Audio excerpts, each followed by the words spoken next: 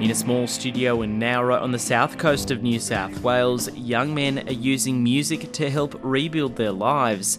Writing songs about their experiences is part of a program at Oolong House, a residential addiction treatment service. 70% of its clients are dealing with an addiction to crystal methamphetamine or ice. Father of four, Harley Blouse, is one of them. I'd overdosed on ice and heroin mixed together about 4 days before I went into custody.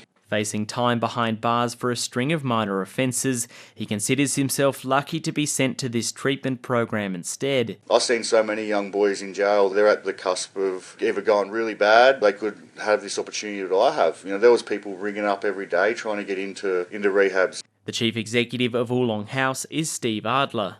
We're one of 6 Indigenous rehabs in New South Wales, and the just catchment area is huge.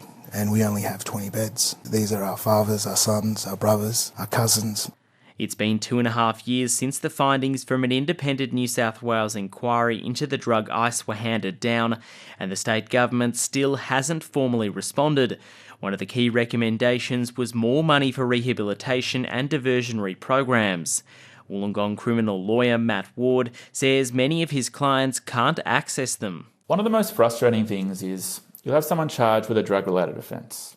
They're in Wollongong, so they can't get into the drug court. It's why he's urging the Perrottet government to adopt all of the inquiry's recommendations. It would save and hopefully reduce the rates of recidivism and the rates of further offending. It would reduce the cost of incarcerating people in custody, and it would assist families and their loved ones in dealing with very complicated and difficult drug issues.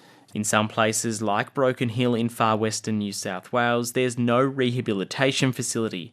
The president of the Law Society of New South Wales, Joanne Vanderplat, last week visited the city where illicit drug offences are about double the state average. People that need beds here need to travel 1,000 kilometres to get a bed, and I just don't think that that's satisfactory. I don't think anyone thinks that that's satisfactory. And she has a blunt message. Every day that the government sits on their hands about this, people are dying.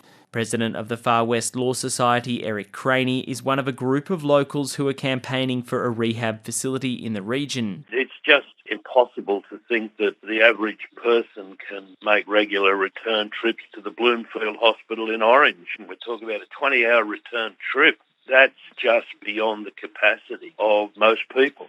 The New South Wales Attorney-General Mark Speakman recently hinted the government's formal response to the inquiry isn't too far off, and the staff and clients of Oolong House are hoping their calls for more support will be heard. There's another world inside.